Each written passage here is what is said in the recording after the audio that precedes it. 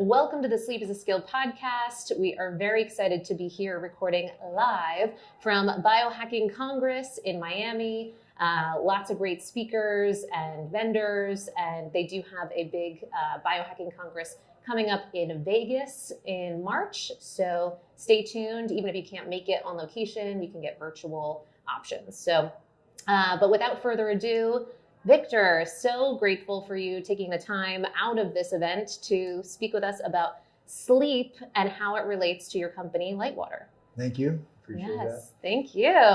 I had the opportunity to watch your speech earlier on today, which was fantastic.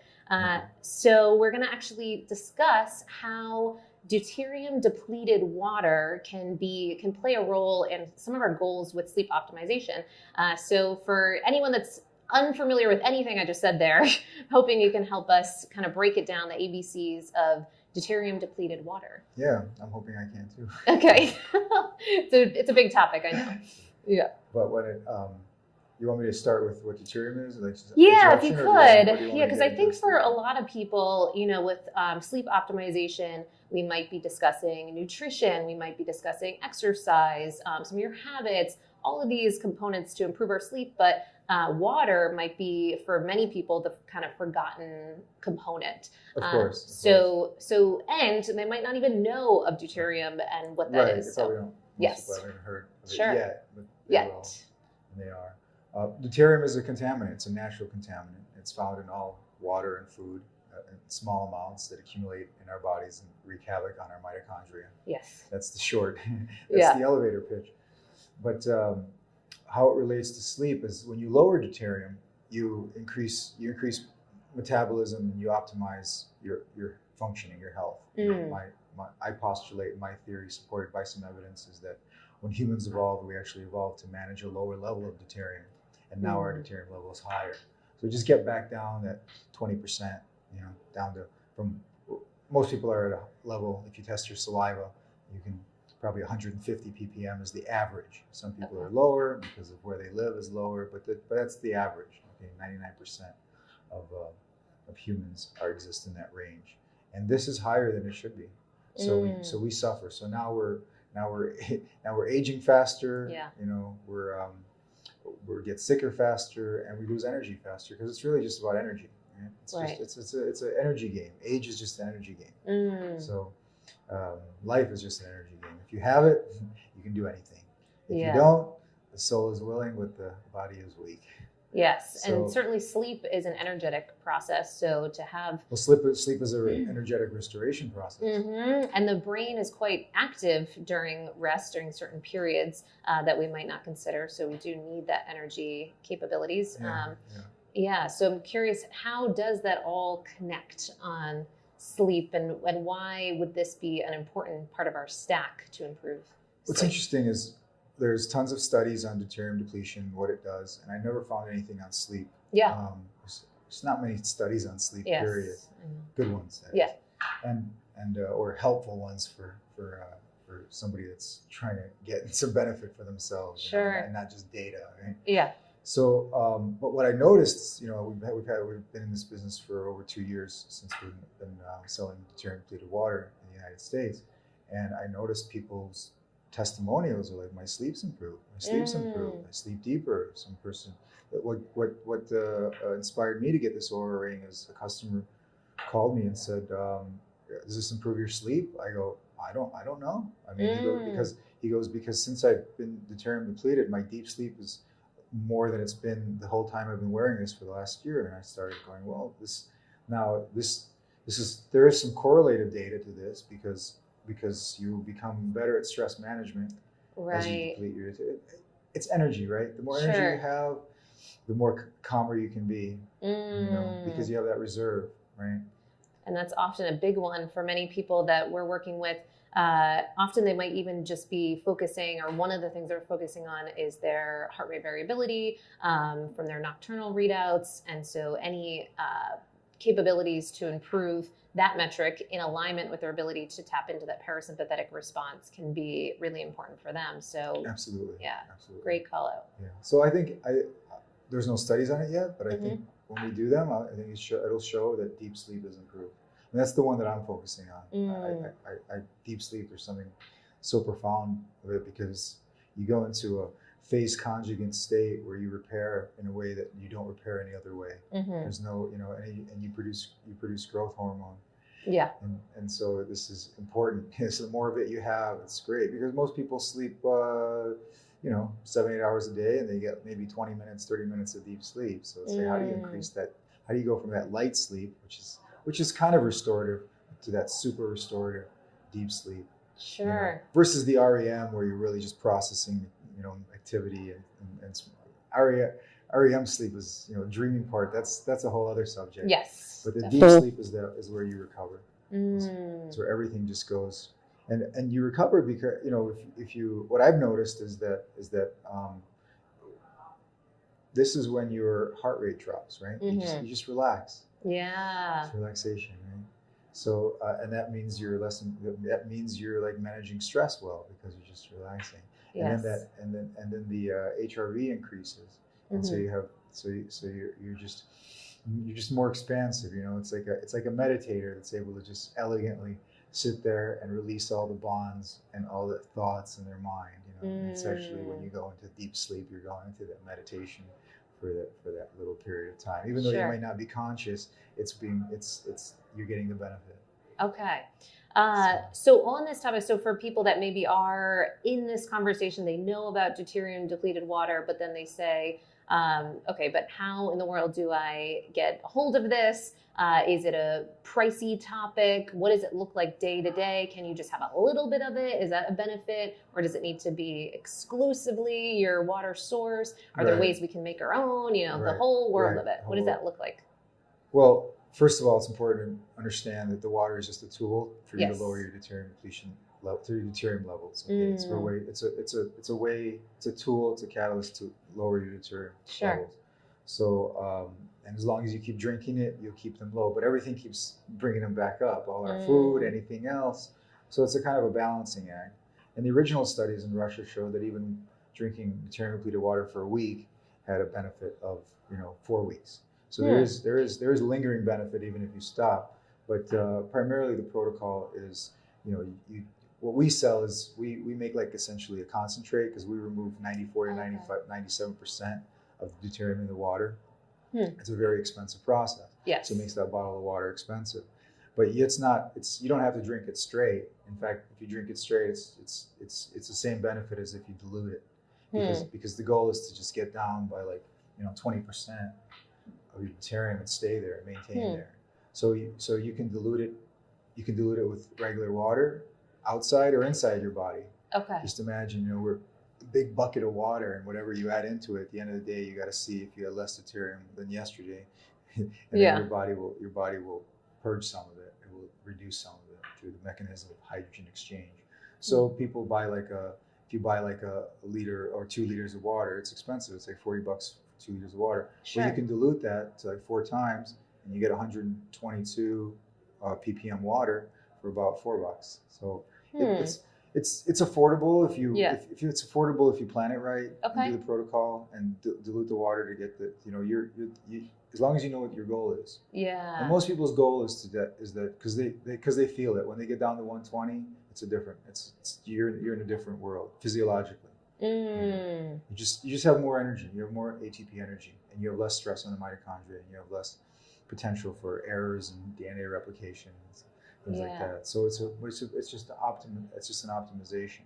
Okay. That happens. What about for people that say, I can DIY it, I can make my own deuterium depleted water? Is there any... I wish you could. Yeah. I wish you really could. It's not. It's not possible. It's not possible. Because you're separating water from water. So no filtration, so no filter. Luck with that. I mean, you're separating a molecule that's H2O from a molecule that's HDO, which they're not too different, but they're different enough that. So the way we do it is we basically mimic the hydrological cycle in a big 40-foot column, and then this hydrological cycle, there's a slight difference in phase change, boiling point and freezing point between something that's H2O and something that's HDO, and in that we pull it out slowly, like a little bit at a time. So we have 65 of these 40-foot columns, and they trickle out a little bit of water a day, And it's expensive because the equipment was expensive, but also because the energy that you need to heat and cool, you're mimicking the hydrological cycle of the earth. You're just amplifying it. So that's how we make it. So you can't make it at home. I wish you could. Somebody will invent something eventually. It's just I mean, we didn't have a light bulb either, and now we do.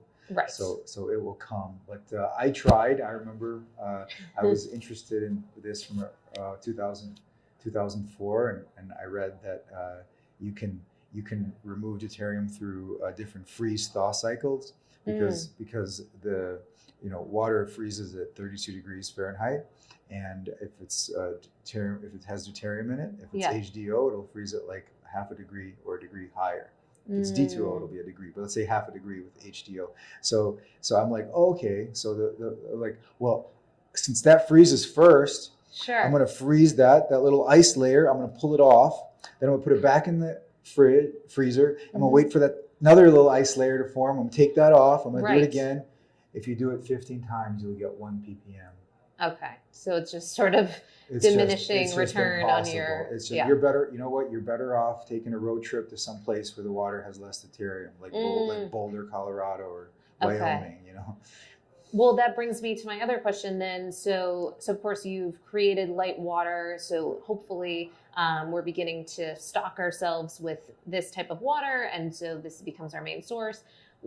How do you navigate on those times when you might, or maybe you always have access to Litewater, I'm not sure, but. No, you don't. There's access, there's times you don't, Right, you're in the airport or whatever. Yeah, and I hate it.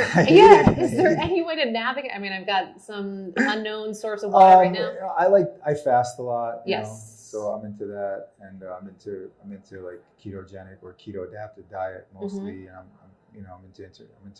into real fasting, like dry fasting, and I'm into intermittent fast. Well, the intermittent fasting is just natural. After you dry fast, you wake up, you don't have any interest in eating, and then you go through the whole day with no interest. Yeah, kind of all works. And for unless you're like really exercise, unless you're really like tearing yourself down, then obviously you need to rebuild. And for people that aren't familiar, fasting and the ketogenic diet can be helpful in this conversation around deuterium? The reason it's helpful is because the goal of ketogenic diet and the goal of fasting is deuterium depletion, even though people may not realize that.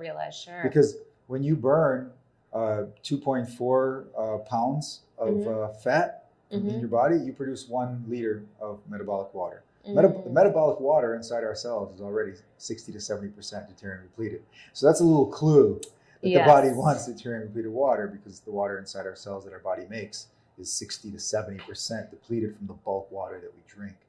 So, the thing is just, I think we eat too much. I think humans eat way too much food, and that's deuterium loading right there. Sure. And 3, 4, 5 meals a day. It's insanity. It's a lot. It's a lot. So that loads you up constantly. Absolutely. So back to the kind of like in these situations. Okay, so in this situation, if I don't have any deuterium depleted water, I'm not going to sweat You're on it. the go. I'm not going to sweat it. I know my levels are slightly creeping up. Okay. And when I get home, I'll just drink more than I normally do. Okay. So will you abstain from any other water sources as much as possible, or are there kinds that you're like, okay, if I'm in a situation? It depends on my mood. Okay. Okay. If you're in that mood where you say, all right, fine, I'm depleted, I need to have something, would you go, are there like spring waters that you would go for, or anything, or temperatures of those waters? I would always choose a spring water that's from a glacial source, because I know that's going to be lower in deuterium. Sure. And it's going to have some life force in it. There's something quite special about spring water. In fact, a quick anecdote, there was a water researcher, Victor Schauberger. Have you ever heard of him? Loosely, but I don't. He's kind of a father of water science. He was an Austrian naturalist, and he just observed water, as a naturalist.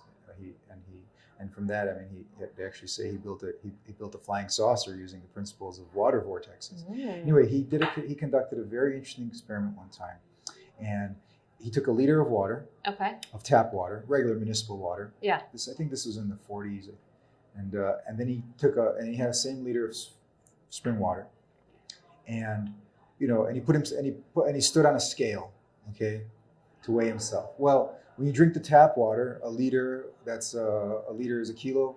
So you could see the scale change. by a kilo, right? When you drank the spring water, there was no weight change. Really? Yes. Interesting. How do you explain that? It just goes poof, it just who knows? I don't. Okay. Interesting. Wow. Little stories like that make you think, and make you realize that there's more to this than we know. And so I observed many people that drink water like all day long, and then they're chronically dehydrated. Why? Because it's the wrong water. Yeah. Okay. So if people aren't, they've explored so many areas of maybe biohacking, they're trying all these different things, and this might be part of the untapped, no pun intended, it's a place that they could begin. It's going to optimize your entire functioning when you lower your deuterium. Yeah. So in that, your sleep will improve. Now, it's not. There's other sleep hacks that that I think are way overlooked, like breathing, like mouth breathing. I look at that, and hypocampnia. I look at people that wake up with hypocampnia because of the mouth breathing, and that right there destroy their sleep and their health so quickly. And it's not even food you're putting in your body. It's not a toxin. It's just how you breathe. Yeah, absolutely. Right? Oh, there's so many. So for people, if we're looking to make this kind of like water 101, how about for any biohackers listening that might have seen vortexing your water, red light to your water, any validity to that? What are your thoughts on? I think there is some validity to that. Okay. Yeah. There's water likes to be energized. It wants to move. Water doesn't like to be still. Yeah. If you look in ancient times when they find the shipwrecks, you see that people stored their water in amphoras. You know what an amphora is? No, it's like an egg. It's a shape of an egg. Okay. So they stored water in the shape of an egg so it wouldn't have any angles, so the water can circulate constantly. Water doesn't like to be still. It wants to move because it wants to absorb the energies of what is around it. Okay. Positive energies. And so there's different products on the market where you can vortex. Do you think that that's something that people could consider? Yeah, sure. Yeah. I think vortexing is beneficial. It's like, do you like to dance? Sometimes. Yeah. Yes. Well, it's the water in your body that likes to dance. Okay. Very nice. Very cool. Okay, so some of those things could be solid practices. What about for people that say, again, when you're in that crunch or you're on the go and you don't have access, that the temperature of the water can be important, getting lots of as cold as possible, or that other people that say that room temperature or warm, any call outs for that as it relates to deuterium? I used to tell people my Native American name was lukewarm water. Really? It's just a joke, but it's okay. true. I like that joke. All right. Say more about that. Hi, lukewarm water. Well, water is densest at 39 degrees, right? Okay. 4 degrees Celsius. So that's the people that say, oh, well, drink at 4 degrees because it's the most crystalline structure. Sure. And see, that's where it's like a closest to crystal. And then, I drink tea. I'm Russian. I like tea. Yes. But room temperature water is always a safe bet because you're drinking cold water and your body has to do something to it. Right. So I think it's a balancing act. Okay. If you're hypothermic, then cold water balance you out. But if you're running a little cold and you drink cold water, it can also just tweak you a little bit negatively. Sure. So I think lukewarm water is always safe. I think I think cold water is good now and then. And remember, if you drink cold water, you should at least just make it a little lukewarm in your mouth because you don't want to swallow it like that because it's just aggressive. Yes. It's like jumping in a cold pool. It's like, oh. Yeah, absolutely. So it's fine, but it's just whatever makes you happy and comfortable. Sure. Yeah. But I like tea, and I like to put fats in my tea. And get my fat that way too. Oh, right, in a ketogenic diet. Are there other things that people might not consider that could also improve deuterium? So we've mentioned fasting, the ketogenic diet, and certainly your water source. Anything else that we might be missing or supplements or anything? Red light therapy. Okay. Yeah. Sure. It's good because it stimulates mitochondria. And then Activity. the portion or that question Sun about exposure. certainly, yes, absolutely. And red light to the water. People will have these steps. Just I mean, yeah. Yeah, of course fine. to ourselves, but yeah. And so when you've seen people do vortexing, deuterium depleted water with the red lights, is that worthwhile? It's energy, right? Yeah. It's the water. The water. I guess the question is, can the water absorb the energy, and two, can it give it to you? And if the answer is yes, then go for it. Okay.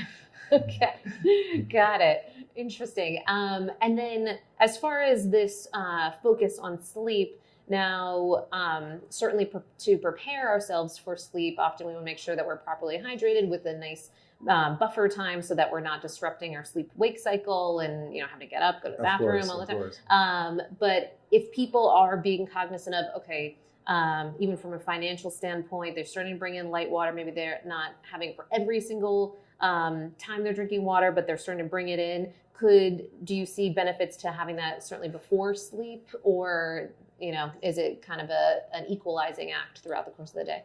It's hard for me to say because I just drink water when I'm thirsty. Yes. So except for my morning tea, it's like a ritual. Yeah. But yeah, I just drink when I'm thirsty, and so it's hard to say. But I noticed that, and this is no nothing new or a big revelation. But if you eat right before you go to sleep, or if you consume whatever you consume before you sleep, that's going to affect your sleep. Sure. So it's best to just do nothing for an hour or two before sleep. Now it doesn't always happen, but you can see it the next day that. Okay. Yeah. Do you have any call-outs about kind of electrolyte sources for the water? So people often put in like I'm a big salt, believer in seawater. I'm a big believer in Kenton. Okay. Kenton. Perfect. Minerals. I've been using that actually. Yeah. Yeah. I didn't bring it on the flight because I was concerned about the glass breaking. But I always break one vial. So do you? Somehow always one gets Yeah, broken. They also have the sachets. Oh yeah, I need to. But there's something about that double tipped apule, It's like it's like jewelry. Yes. Oh yeah, it's an experience. It's an experience, definitely. Yeah. Okay, so you always travel with that? Yes. Okay. Yeah, because it's so like if you look at it, it looks like it's just like the blood. It's like replacing the blood. It's like almost identical in a mineral profile. Sure. It's like a periodic table of elements in a little vial that's similar to the periodic table of elements in your blood.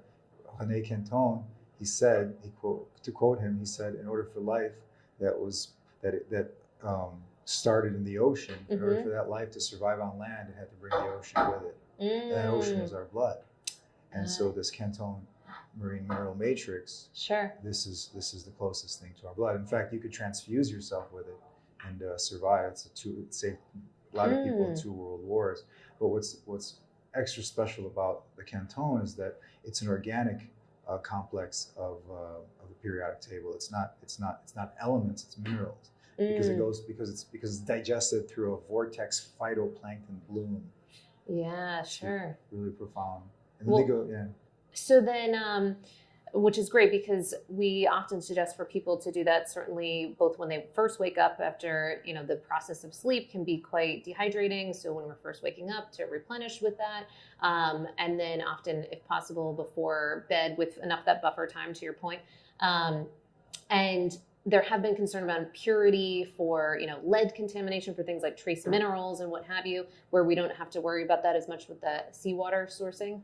No, seawater is perfect. I mean, if you see how they do it, it's pharmaceutical grade. In fact, I mean, it's in the it's in the French pharmacopoeia as a drug, or it was.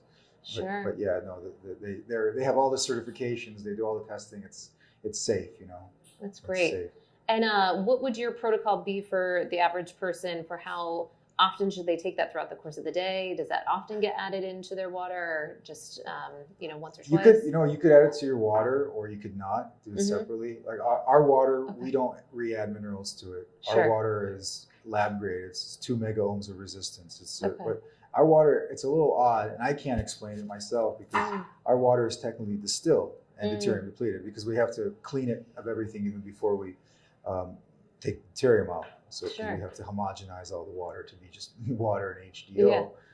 And so we remove everything.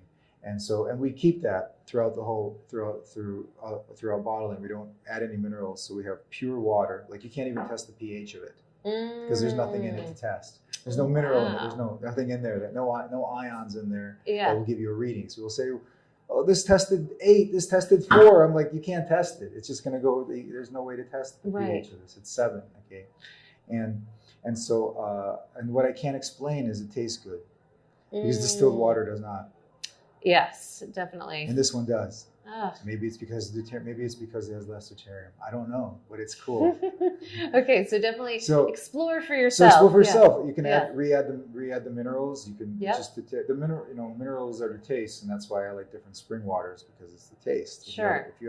If you have a subtle palate for water, then you'll appreciate the taste of different waters, and that taste is based on the mineralization, the bicarbonate amount, the minerals that are in there. So that's a very cool. Well, then to that point, I think an exciting thing that I'd imagine people want to know is we ask everyone that comes on the podcast 3 things about themselves that they are doing to support their sleep. And certainly, yours might be water infused. But the first question that we ask is actually around what your nightly sleep routine looks like right now. It's erratic. With all this travel. Well, I'm just like my deuterium levels are low. I can manage stress so well. Yeah. It's not. I can sleep one day. I can get a full night's rest. Next day I can get like 3 hours, and I'm totally fine. It doesn't bother me at all. So, but for me, what I look at is what's important to me is how quickly do I go to sleep? Okay. How quickly do I fall asleep? Yeah. And how quickly do I wake up? That's what I look at. Okay. Because if I wake up and I'm like, then I know something's wrong. Yeah. But if I wake up and I'm like, because like an animal, they're like fully relaxed, and you go, "Come on, boy." They're like up, they went from sleep. Oh yeah. Instant, and that's how we're supposed to be. And the kids are too. Hey, time to wake up. You're up. Versus so groggy, if it's like, it's a great. slow. Then there's a problem somewhere. That's what I look at. Sure. So if I can get a full night's sleep, 7-8 hours, I love it. But what I'm tracking is deep sleep. That's why I got this Oura ring, because I want to measure, how much deep sleep I'm getting. And even like last week, I saw that I slept. There was one night I slept 3.5 hours. And 1 hour and 15 minutes of that was deep sleep. Wow. Yeah. And then there's this other technique that Salvador Dali used to use for sleep. Do you know about it? No, please tell. So he believed he got a lot of his creativity in that kind of half wake, half dream state. It's like the Bardo state. Yeah. And what he would do is he would take 2-second naps. Oh, interesting. And he would have a coin or something, and so he'd fall asleep, and then he'd just relax, drop it, go, wake up. And that was like something that he talked about. Yeah. And I picked up on that. I go, oh, that's interesting, because that, like how long the sleep latency. Drop the metal spoon or what have you. Right. So that stuff like that's interesting. Like how quickly you can just nod out when you're tired.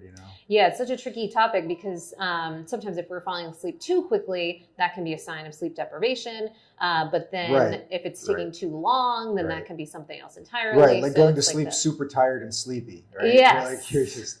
Yeah, totally. Okay, so you're looking at those elements. I'm looking at that. So in your nightly routine, are there things that you're bringing in to either, to your point, it's impacted by the deuterium levels that you're currently operating at. Yeah. Are there things that you might do if you're like, I've been a little run down, it's likely higher. So to help bring yourself down into that parasympathetic response, or any practices that you have? I noticed that, like, if a nap is coming on, like if your nap is coming on, don't resist it. Yeah. Because you wake up refreshed after it's done. Sure. Interesting. Humans never slept like 8 hours, like continuously. Like if you look at history, even 200 years ago, people went to bed like, sun goes down. Yeah. You didn't have much light. Not much to do. No blue light. You went to sleep. You woke up at maybe midnight. You did something for 2-3 hours, and you went to sleep again. Yeah, that second sleep theory. Sure. And you know what when I get into this kind of natural phase where I'm like, not instead of preparing myself for sleep, where I just like, okay, I got to it's like late, but I'll take a nap. It'll be like 9 p.m. I'll wake up at midnight. Yeah. I'll stay up for a few hours and I'll go back to sleep. Yep. And then I'll wake up again at 7 and I'll be fully refreshed. So there's so much we don't know, but what we do know is the blue light is a killer. Yes. So do you have practices for that to mitigate that, or? I think the best thing to do is to sleep in complete darkness. Right now I haven't done it in my bedroom, but in my previous place I had everything completely blacked out. Yeah. That way, I don't know how long I'm sleeping. I don't know what time it is. Yes. I'm just gonna let the body do what it needs to do. I'm just gonna put myself in a sensory deprivation environment and see what happens. And that is incredible. Absolutely. And so it's best to sleep in complete darkness. And so we're here at this conference. Everybody's at a hotel unless you live here, right? Yeah. The room. There's so much light in the room. Yes. There's like this little thing going off and that little thing going off. It's like. So how do you survive? Yeah. I mean, if I was here for more than a few days, I would probably put black tape over that. Yes. Because I packed that. Yeah, for sure. Yes. I totally feel that. So then the other thing is temperature. Okay, so you're always cognizant of that. And how about the wind down for before getting into that hopefully dark, sensory deprivation room? Are there things that you're doing to kind of ensure that you're mitigating faux light in your environment as well? I try. Yeah, try. I try. Yeah, I think that's what we're all doing. Yeah. I try. I concentrate on the breath. Yeah. I go. There's nothing will get you in the parasympathetic faster than the breath. Than the right breath. Oh yeah, we have a lot of people wearing the Leaf. I don't know if you've seen that, LIEF. It's a continuous HRV tracker throughout the course of the day. And then it will buzz you when you're going into a bit more of that stress state to adjust your breathing and start to train. I was like, oh yeah, I do have the ability to modulate that stress response. So it's a very good point. Okay, so that's currently the snapshot of your evening routine. Yeah. I think the other thing is your sleep position is another thing to consider. Sure. I try to sleep on my back as much as I can. I usually end up rolling over, but I try to just maintain proper posture so you don't wake up all discombobulated and contorted. Yes. And then, do you mouth tape at all, or? No, I can breathe through my nose quite well. Great. Many years of yoga, so it's just that'll do it. Sure. That's fine for me. And so the other thing is just you should get into a state before sleep where you don't have any stress. So you could do like savasana meditation, really good, where you tense everything and then release, tense, release, do that a number of times, and then you get into that relaxation. Because otherwise, that tension is going to cause you to like move and flail about all while those restless sleepers. Yeah. Sure. And if I don't do that, I can potentially have restless sleep. Absolutely. So just release the tension however you can. Sauna, whatever it is. Yeah. And how about the fasting that you partake in? Are you mindful of the meal timing to lead up to sleep, or do you have a bit of a structure? I try to not eat before I go to sleep. I try to maybe 1 hour, 2 hours. It's like I have noticed that a little bit of, and this is Ayurvedic remedy. I like raw milk and I warm it a little bit, and sometimes I drink that before sleep. It's just so mellow. Yes, back to that warm temperature and liquid. Dream of Holstein cows jumping over clouds. Amazing. All right. Got that REM locked in. Okay. So then our second question for people is to just understand a bit of a visual, like when we think of your nightstand, what might we see, or it could be as you're traveling, kind of proverbial nightstand, or any apps or ambiance or supplements or anything that would be helpful for us to know about for sleep optimization? My nightstand is pretty empty. Okay, sometimes that can be the key. And I like that. Yeah. I like just the peace of mind of that. But I've never had a problem with sleep. Like I could fall asleep. I could fall asleep on a train sitting up. Yeah. So I've never had that issue. Right. My issue has been consistency. Yeah. Because of travel and just moving around. It's like my body doesn't know where it is. Yes. Sometimes, what time zone it is. So my circadian rhythm is like all over the place. But I think that also creates a hormetic effect. That first started when I was working in Hollywood. on the camera in the camera department. You have to be the first one there and the last one to leave. So you don't, and you're constantly moving around, traveling, all this. So I learned that if I don't this, I got to make it work for me. Yeah. So that's when I learned, hey, get it wherever you can. If you can't, if you get it, they say, oh, napping. There was like napping is bad. I don't believe napping is bad at all. I think if your body's ready to shut down, what are you going to do? Go, no. Yeah. Right. It's like, just let it happen, Yeah, and often we can find a happy medium with napping. Some groups that are struggling with insomnia, and they might have a whole protocol that they're working through, or possibly sleep restriction. That could be a period of their life where they're retraining that sleep pressure. But to your point, often, especially if we do have kind of healthy relationships and workability with our sleep, then it can be really a great practice. If you can get an hour or two massage before sleep, that will do wonders. Definitely. That will do great wonders. I go to a Russian banyas, and there, you go to the sauna, and then you jump in the cold plunge, and you do that number of times. Yes. And then you drink hot tea, you wrap yourself in towels, and you just go away. And then when you wake up, you feel like a little baby. Well, that is amazing. I haven't heard it described that way, and I like it. Okay, so then the last question is, what has been sort of your biggest aha moment, or made the biggest change to your sleep game? And I know what you shared too, that for you haven't necessarily struggled with your sleep, which we can learn a lot about people that are actively sleeping well. For between the ages of my early 20s and early 40s, I slept on the floor. Really? I couldn't sleep in a bed. Interesting. I had to have I've always thought of I always imagined my perfect bed would be a marble slab with a wooden block. You know how they have the Koreans have the little wooden blocks for the bed, and that's their pillow. Sure.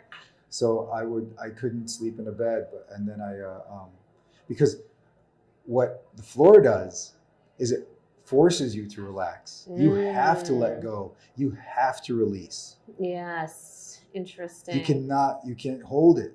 But the bed, if it's the wrong bed, finally I found there's coming out with some very good mattresses. But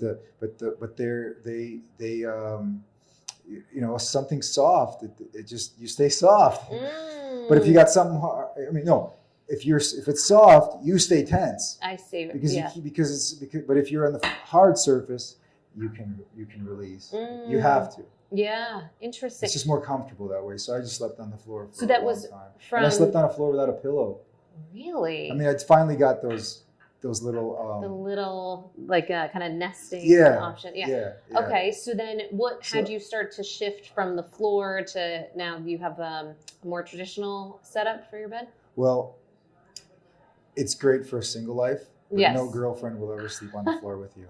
Got it. Okay, so you had to sort of adjust to the rest of the society. Sure. Exactly. Okay, so then was there a particular mattress that you found, or do you try to lean towards the hard, kind of more not hard, firm? With no spring, no coils. Okay, very cool. I think the coils conduct some. They're coils. They can modulate frequencies. Sure. I think sleep. Where I also read that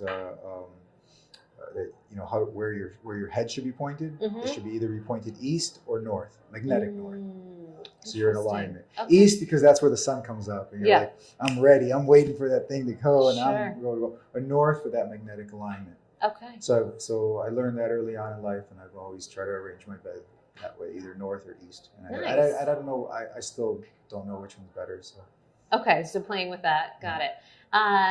That's amazing. So then, for people that are hearing what you're sharing, curious to learn, because I know we only tapped into a little bit about deuterium depleted water. I know you gave a fantastic presentation, and there's so much to this topic.